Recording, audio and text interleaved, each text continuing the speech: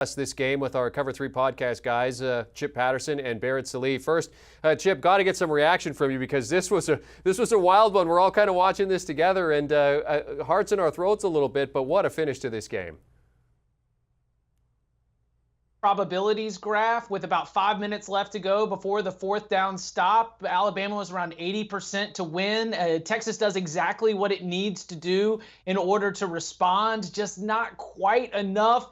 And you left too much daggum time on the clock for Bryce Young, a player who I think is going to be asked to do so much, because an offensive line that doesn't look like it took a big step forward, that was losing battles against Texas's defensive line, a wide receiving core that was a little bit of a liability later in the season, wasn't necessarily stepping up. And if it's going to be all on Bryce Young, I think he's ready to take all that responsibility, and B, if he can continue to be the face and the reason why Alabama is successful, well, then he may be the first player since Archie Griffin to go back-to-back as a Heisman Trophy winner, because I cannot think of anything more outstanding than being able to do what Bryce Young did today every single Saturday.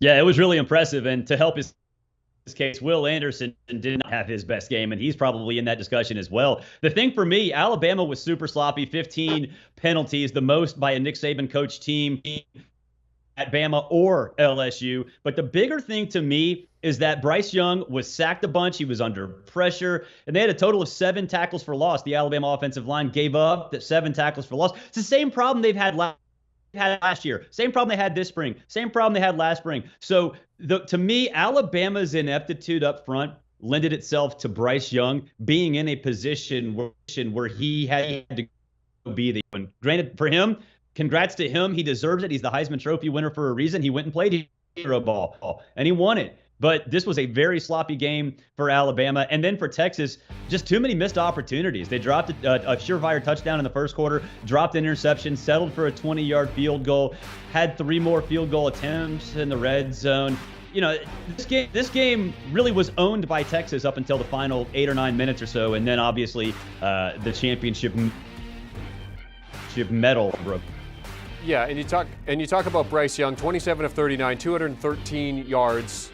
For him in terms of passing, and 38 rush yards. Did throw a touchdown clean, though, did not throw an interception. But Chip, how big of a step forward did Texas take in this game, considering the adversity that they faced? Quinn Ewers goes out in the first quarter. Hudson Card comes in. I mean, he was hobbled for most of the game. How much of a step forward did Texas take here?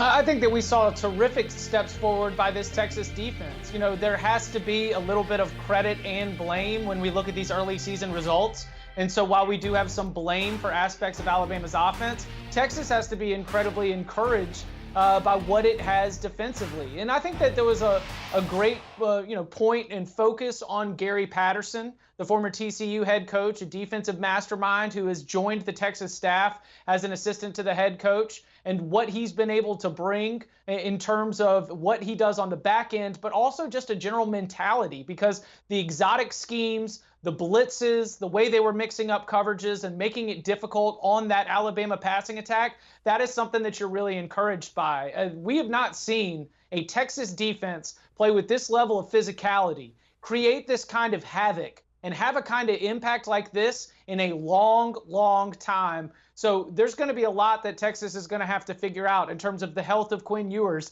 the health of Hudson Card, as you mentioned, Jeremy, who was clearly dealing with a lower body injury throughout the end of that game. You know, what are they going to do with the offense and the quarterback position?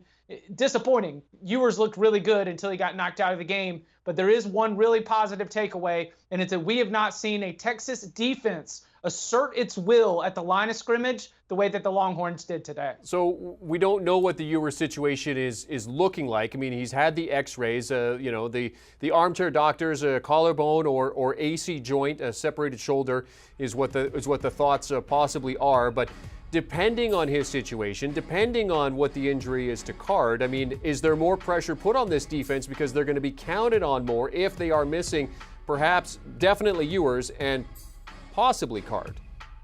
Well, without a doubt, because they're going to have to win by different scores. They still do have explosive wide receivers, but that defense, if this is going to be an offense that is stripped down, a little bit more conservative, taking some less risks, then we are going to see the defense need to be able to win time and time again, win series, win plays the way that they did against Alabama. Again, encouraging that they did. But I'll add one more name to this. I think that this turns the focus on Texas running back Bijan Robinson. Alabama's defense is very, very good, and they were dialed in to trying to stop Bijan Robinson, especially after Quinn Ewers went down. But the rest of the defenses that are on Texas's schedule, I would argue that many of them, if not most of them, are not on Alabama's level. So now Texas becomes a team that where you'd loaded up with Quinn Ewers, you'd gotten Xavier Worthy and the rest of this wide receiving core ready to roll.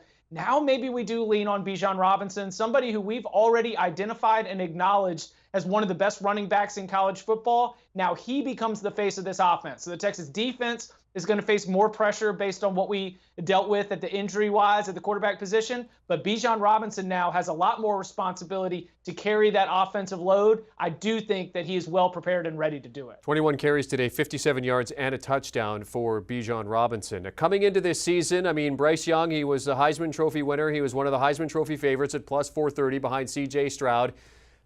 How much did his Heisman hopes take a hit based on what we saw from him today? I think they were boosted. I really do, Jeremy. There is some aspect of, an Alabama quarterback is going to be docked because you feel like everything is set up for him to succeed. I don't know how anyone looks at this game. And this was one of the biggest games of the early season. The casual Heisman voter who also is maybe covering the World Series in November but has their Heisman ballot on the side, they watched this game to see what Bryce Young was going to look like, to see what Quinn Ewers was going to look like. I don't know how anyone watches this game and says that Bryce Young is 100% set up to succeed. The way that he had to dodge, the pass protection breakdowns, the way that he was dodging Texas blitzers, him doing everything he could, how many plays and first downs he made with his legs that weren't necessarily designed that way. I just think you watch this game and you think that this isn't like a normal year where the Alabama quarterback has incredible stats because everyone around him is playing at an elite level. This is Bryce Young leading the way for this Alabama offense. If Alabama wants to win a national championship, they need everyone else around him to be better. But Bryce Young's looking so good right now, he might be able to get this team to Atlanta on his own. And if that's the case, then we are talking about improved Heisman stock. Yeah, and him evading that Ryan Watts blitz at the end, that was it. That was the game right there. And he manages to get away for that 19-yard gain that put them into field goal range. Chip, when you look at Texas, they were getting votes for the AP Top 25 last week, 118, I believe it was. Do they jump into the top 25 despite the loss this week? Yeah, I think that we could see the Longhorns make an appearance in the top 25. There's going to be very few occasions in a college football season where a team loses and moves up. But a performance like this against Alabama, the team that was number one, is just one of those. I also think if we want to look at this from an AP Top 25 predictions angle, I think that this is the moment that Georgia overtakes Alabama for number one. Some of those first place votes that the Bulldogs got were from Ohio State, but they also took some of the first place votes from Alabama in last week's balloting following that dominant win against Oregon.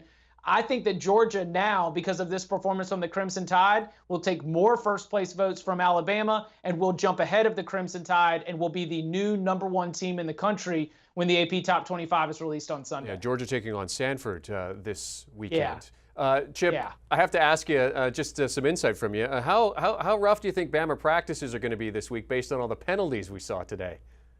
That's the penalties, the mental mistakes, the miscues. There's going to be a real verbal, emotional undertaking that happens when they break down tape together as a team. And then, they are going to be going into this week of practice with everything that they need. And look, Nick Saban is kind of the master at taking advantage of this situation. The fact that they were able to maintain the win early in the season, but do all these things wrong, get all these teachable and coachable moments, is only going to make Alabama better. If this team does improve throughout the season, which, shocker, college football teams can improve and get worse throughout the season, if Alabama improves throughout the season, we don't really think too much about the Texas struggles because it's going to be just a W, and that's all that matters. But Nick Saban loves being able to have so much on tape, so much that he can drive home. And those Alabama players who maybe thought everything was going to be given to them during this season until they got to the SEC championship game,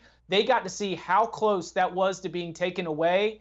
I think that we see a hungrier and more focused Alabama team because of the way today went. Yeah, as Barrett had alluded to, 15 penalties for 100 yards. Texas did not take a penalty in the second half. They had 5 for 30 at halftime. That was the line at the end of the game for them.